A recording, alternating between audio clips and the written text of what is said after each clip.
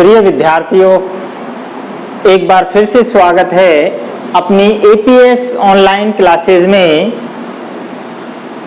जीव विज्ञान में हमने 11th क्लास के अंदर cell the unit of life अर्थात कोशिका जीवन की इकाई ये अध्याय चालू किया था और इससे संबंधित हमने पहले 2 लेक्चर अपलोड कर दिए थे। आज हम तीसरा लेक्चर वीडियो लाए हैं और इसमें आज हम cell the unit of life यानी जीवन की इकाई यानी कोशिका जो है उससे संबंधित हम कुछ महत्वपूर्ण खोज और सिद्धांत के बारे में पढ़ेंगे। इससे पहले जो हमने वीडियो डाली थी उसमें आपको बताया था किस प्रकार से हम जीव विज्ञान जो है क्यों हमें पढ़ना चाहिए और साथ ही साथ में जीव विज्ञान की कौन कौन सी शाखाएं होती हैं, कोशिका क्या है और कोशिका से संबंधित कुछ महत्वपूर्ण जानकारियां हमने पिछली वीडियोज में पढ़ी थी। जिन स्टूडेंट्स ने पिछली वीडियो नहीं देखी है तो कृपया वो पिछली वीडियो को देखें और इसी प्रकार जैसे हमने 12th क्लास की वीडियो अपलोड की है ठीक उसी प्रकार हम 11th क्लास की बायोलॉजी की और अन्य विषय की जो वीडियो है वो अपलोड करेंगे। जो विद्यार्थी 10th कक्षा के बाद बायोलॉजी सब्जेक्ट में इंटरेस्टेड हैं वो ध्यान से वीडियो को देखें और प्रत्येक चीज को समझें, क्योंकि ये बेसिक जो नॉलेज है हमारी वो हमें आगे का जिसे कहते हैं रास्ता हमारा आसान बनाती है। तो इसलिए आज हम कोशिका से संबंधित महत्वपूर्ण जानकारियां जिसमें हम खोज हैं और सिद्धांत हैं इनको हम पढ़ेंगे। वीडियो ज्यादा बड़ा ना हो इसके लिए हमने पहले ही लिखा हुआ है। तो देखते हैं सर्वप्रथम मृत कोशिका की खोज। यहां से आपसे सीधे क्वेश्चन पूछे जाएंगे। देखिए, वैसे तो कोशिका जो विज्ञान है साइटोलॉजी वो बहुत ही महत्वपूर्ण यूनिट है। हर क्षेत्र में उससे संबंधित क्वेश्चन पूछे जाते हैं। ये जो हमारी इकाई है उसे हम साइटोलॉजी कहते हैं। ये आपको पिछली वीडियो में भी बताया था, कोशिका विज्ञान। और यहां पर कोशिका जो विज्ञान है उससे संबंधित जो भी क्वेश्चन हमारे बनेंगे एग्जाम की दृष्टि से वो इस जो आपको रेखा चार्ट ये आपको बताया है, एक सारणी हमने लिखी है, उसके माध्यम से हम देखेंगे कि यहाँ से आपके महत्वपूर्ण क्वेश्चंस बनते हैं और वो हर जगह आपके लिए उपयोगी होंगे। तो इसलिए इनको हमें याद रखना ही रखना है। ऐसा हमें मान के चलना है कि हमें ये जो प्राइमरी नॉलेज है ये याद होनी चाहिए। जिस प्रकार हम ABCD और 12 खड़ी पढ़ते हैं उसी प्रकार बायोलॉजी विषय के अंदर जीव विज्ञान में हमें इन महत्वपूर्ण कोशिका से संबंधित, देखिए यूं तो जीव विज्ञान में बहुत सारी खोजें और सिद्धांत हैं, लेकिन कोशिका विज्ञान से संबंधित हम बात कर रहे हैं। यानी कोशिका से संबंधित जो खोजें और सिद्धांत हैं, महत्वपूर्ण रिसर्च हुई है, आविष्कार हुए हैं, उन्हें हमें याद रखना होता है क्योंकि यहाँ से सीधा क्वेश्चन एग्जाम में पूछा जाता है। तो सबसे पहले हम बात करते हैं कि मृत कोशिकाओं की खोज किसने की। मैंने आपको लास्ट वीडियो में भी बताया था कि कोशिका की खोज किसने की? क्वेश्चन पूछा जाता है सर्वप्रथम कोशिका की खोज किसने की? तो आंसर होगा रॉबर्ट हुक, 1665। यदि आपसे पूछा जाए कि मृत कोशिका की खोज किसने की, तो भी आंसर आएगा रॉबर्ट हुक। क्लियर?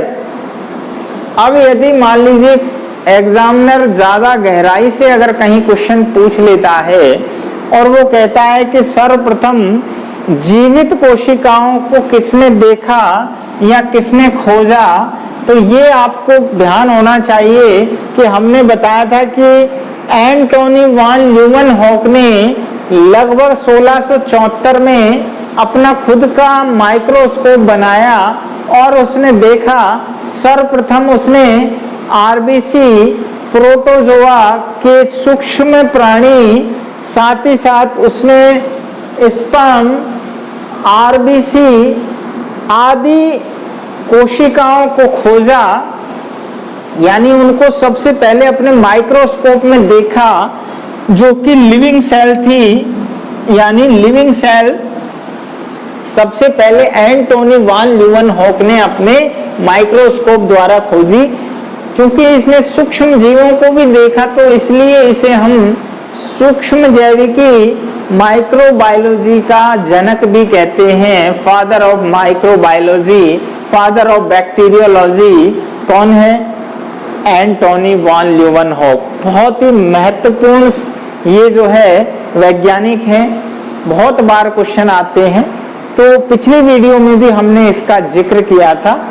इसके साथ ही साथ यहाँ एक चीज और ध्यान रखनी है, रॉबर्ट हुक की पुस्तक का नाम क्या है जिसमें इन्होंने जो कोश देखे थे खाली स्थान, यानी कॉर्क सेल।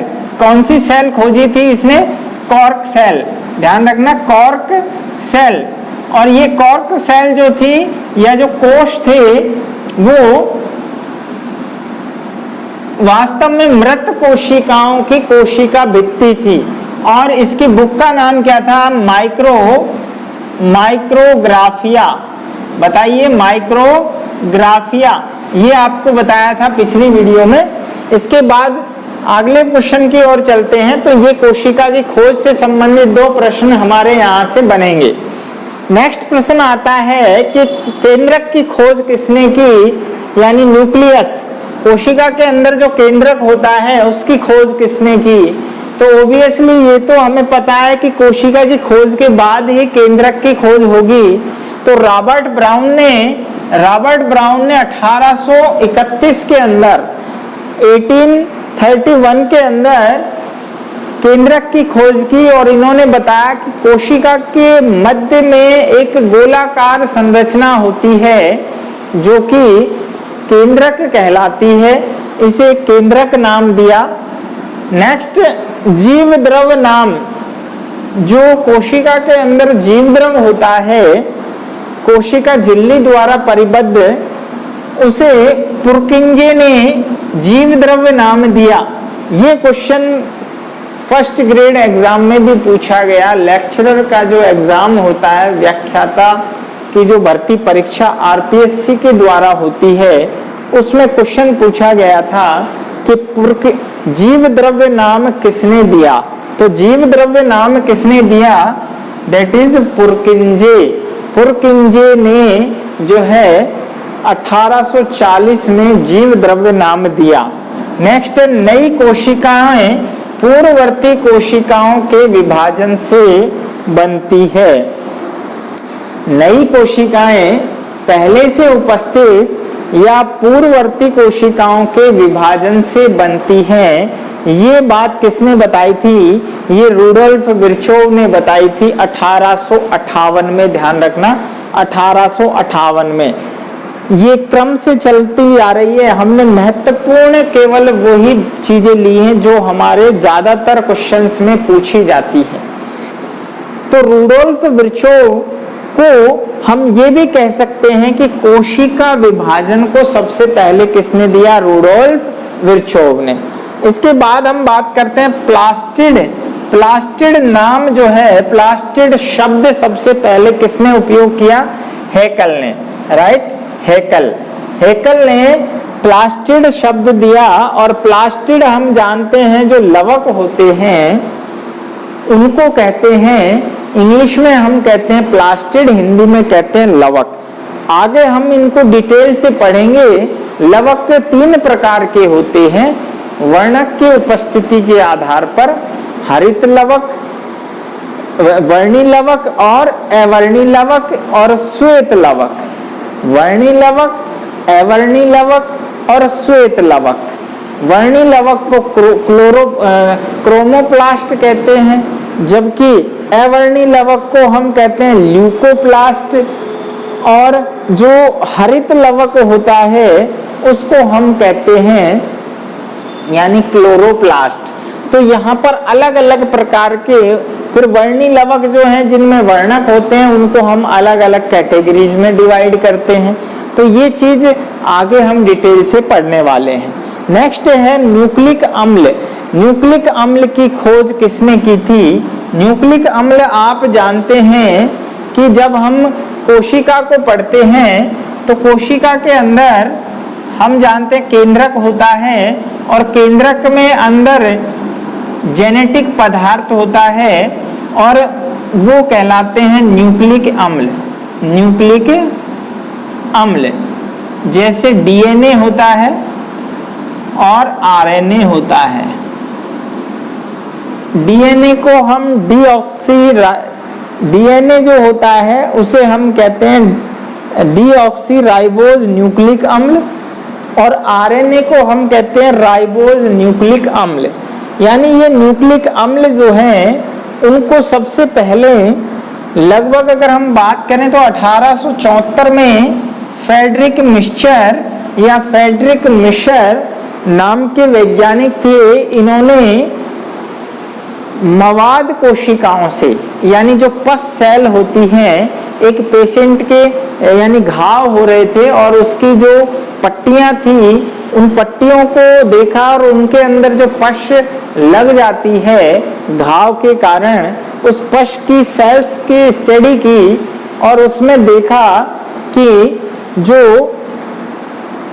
अम्ल जैसी प्रकृति के पदार्थ पाए गए जिन्हें सबसे पहले न्यूक्लिन नाम दिया, और बाद में देखा कि ये एसिडिक नेचर के होते हैं और एसिडिक नेचर होने के कारण इन्हें अम्ल नाम पड़ा, यानी न्यूक्लिक अम्ल। तो न्यूक्लिक अम्ल आगे जाके देखा हमने 2 टाइप्स के होते हैं। तो ये सब आगे हम पढ़ने वाले हैं। नेक्स्ट हम बात करते हैं माइटोकॉन्ड्रिया की खोज। बहुत इंपॉर्टेंट है, माइटोकॉन्ड्रिया से संबंधित क्वेश्चन आएंगे। हम माइटोकॉन्ड्रिया के बारे में पूरा डिटेल से पढ़ेंगे। तो माइटोकॉन्ड्रिया जो है वो कोशिका में छोटे छोटे धागे, सूत्र कणिकाएं कहते हैं इनको हम। सी बेंडा ने माइटोकॉन्ड्रिया की जो खोज है वो आर अल्टमान ने की थी। आर अल्टमान ने 1886 में, जबकि आप देखिए जो माइटोकॉन्ड्रिया नाम जो है वो दिया था सी बेंडा ने, राइट जी। इसके बाद आप देख रहे हैं 1886 से 1897 में जाके सी बेंडा ने माइटोकॉन्ड्रिया नाम दिया। तो माइटोकॉन्ड्रिया भी हम आगे पढ़ने वाले हैं, जिसे हम कोशिका का शक्ति गृह भी कहते हैं। बहुत सारी चीजें हैं। Cell the unit of life, यानी कोशिका जो विज्ञान है, क्योंकि जीवन की विज्ञान है, इसके अंदर इकाई जो है वो कोशिका होती है, और कोशिका का पूरा अध्ययन हम पढ़ेंगे, पूरी एक एक डिटेल से पढ़ने वाले हैं। तो उससे पहले हम एक बार इसके जहां मुख्य मुख्य ऑर्गन्स हैं उनकी संबंधित जो है खोजे हैं वो हम देख रहे हैं। तो यहाँ माइटोकॉन्ड्रिया से संबंधित हो गए 2 क्वेश्चंस। नेक्स्ट आगे हम देख रहे हैं गुणसूत्र सिद्धांत। गुणसूत्र यानी क्रोमोसोमल थ्योरी।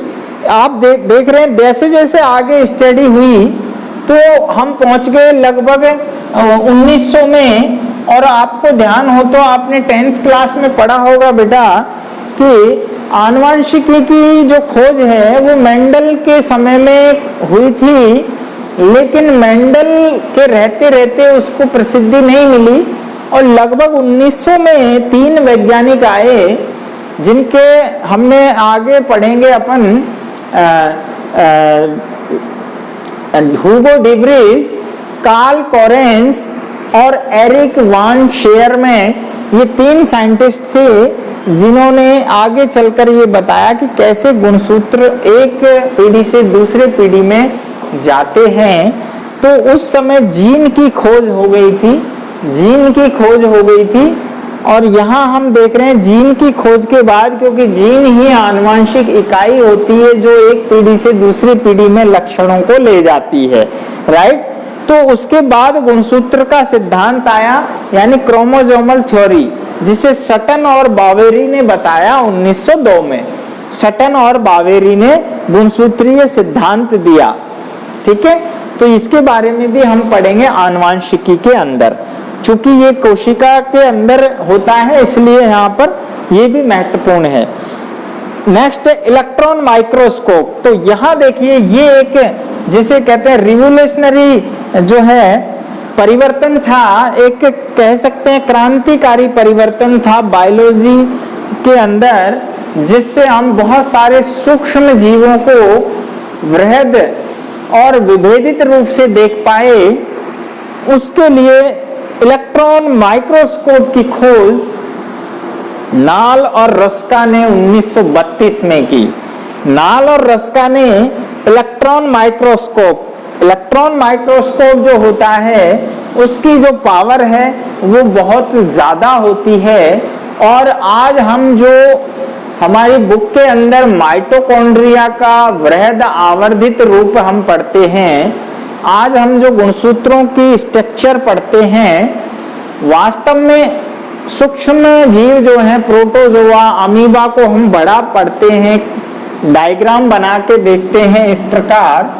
ये मान लीजिए जो अमीबा हम देख रहे हैं ये वास्तव में इलेक्ट्रॉन माइक्रोस्कोप से देखा जाता है, क्योंकि सूक्ष्म दर्शिक एनिमल्स को हम अपनी नेकेड आई से नहीं देख पाते। तो ये बड़े रूप से हम माइक्रोस्कोप जो इलेक्ट्रॉन माइक्रोस्कोप है उससे देख पाते हैं। और ये एक बड़ा परिवर्तन आया, नाल और रस्का ने इसकी खोज की थी। उसके बाद बहुत सारे स्टडी होने लगी। नेक्स्ट है राइबोसोम। राइबोसोम की स्टडी, राइबोसोम जो है उसकी खोज पैलाडे ने की 1940 के अंदर। इसके बाद ईआर को अगर हम बात करें तो ये एंडोप्लाज्मिक रेटिकुलम, यानी इसे हम कहते हैं अंतः प्रद्रव्य जालिका, अंतः प्रद्रव्य जाल या जालिका। तो एंडोप्लाज्मिक रेटिकुलम को ही जो नाम है वो दिया था कीथ पोर्टर ने। ये भी बेटा क्वेश्चन एक बार पूछा गया था एग्जाम के अंदर। तो सारे ही जो मैंने यहाँ पर लिए हैं वो किसी ना किसी एग्जाम में जरूर पूछे गए हैं। आगे आप भी भविष्य में जब कोई एग्जाम देंगे यहाँ से, चाहे वो जनरल साइंस का हो या कोई भी एग्जाम हो, मेडिकल का हो या आपके बायोलॉजी से संबंधित, यहाँ से क्वेश्चन जरूर आएंगे इस टेबल से जो मैंने तालिका आपको बनाई है। इसलिए कह रहा हूँ इसको बहुत ही हमें ध्यान रखना, एक तरह से ABCD की तरह इसको हमें याद कर लेना है।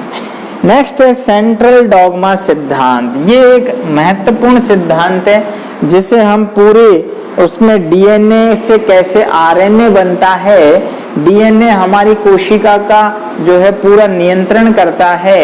तो ये जो सिद्धांत है सेंट्रल डॉगमा सिद्धांत कहलाता है। और इसको जो है क्रिक ने 1958 में दिया। हालांकि बहुत सारी चीजें हैं इनके अलावा।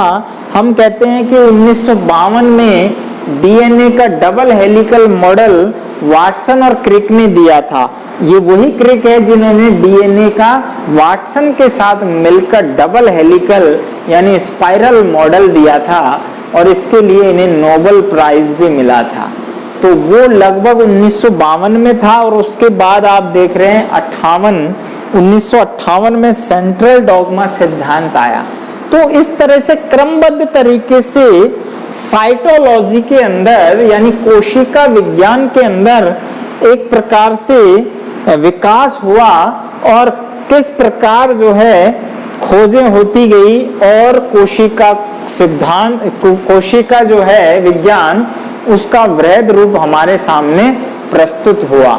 आज हमारे पास बहुत सारी जानकारियां हैं सेल से संबंधित, पूरा हम कोशिका विज्ञान में पढ़ेंगे। आज का हमारा जो वीडियो था इसी पर बेस्ड था कि कोशिका से संबंधित कौन कौन सी महत्वपूर्ण खोजें और सिद्धांत हैं जिन्हें आप समझेंगे। एक बार फिर से देख लें। मृत कोशिकाओं की खोज रॉबर्ट हुक ने, जीवित कोशिकाओं की खोज एंटोनी वॉन लीeuwenhoek ने, केंद्रक की खोज रॉबर्ट ब्राउन ने, जीव द्रव नाम पुरकिंजे ने दिया, नई कोशिकाओं से पूर्ववर्ती कोशिकाएं बनती हैं विभाजन से, ये रुडोल्फ विर्चोव ने दिया, प्लास्टिड नाम हेकल ने दिया, न्यूक्लिक अम्ल की खोज फ्रेडरिक मिश्चर ने दी। इसके अलावा माइटोकॉन्ड्रिया की खोज आर अल्टमान ने, नाम जो है माइटोकॉन्ड्रिया दिया सी वेंडा ने, गुणसूत्रीय सिद्धांत सटन बावेरी ने दिया, इलेक्ट्रॉन माइक्रोस्कोप को नाल और रस्का ने खोजा, राइबोसोम जो है खोज पैलाडे ने किया, और अंतःप्रदव जालिका जो नाम है वो कीथ पॉर्टर ने, एंड सेंट्रल डॉगमा सिद्धांत जो है वो वाटसन और यानी क्रिक ने दिया था। इसके बाद कुछ क्वेश्चंस ले लेते हैं आज की वीडियो के। क्वेश्चन आपको कमेंट में बताने हैं। पहला क्वेश्चन आपको बताना है केंद्रक की खोज किसने की, केंद्रक की खोज किसने की। क्वेश्चन दूसरा आपको बताना है माइटोकॉन्ड्रिया की खोज किसने की।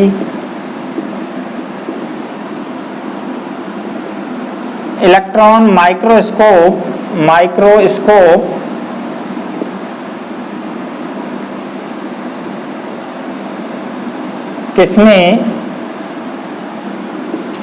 किसने बनाया या तैयार किया, एक तरह से आविष्कार है ये, खोज तो नहीं कहेंगे इसको। इलेक्ट्रॉन माइक्रोस्कोप को आविष्कार किया क्योंकि खोज उसकी होती है जो चीज पहले से उपस्थित है, राइट।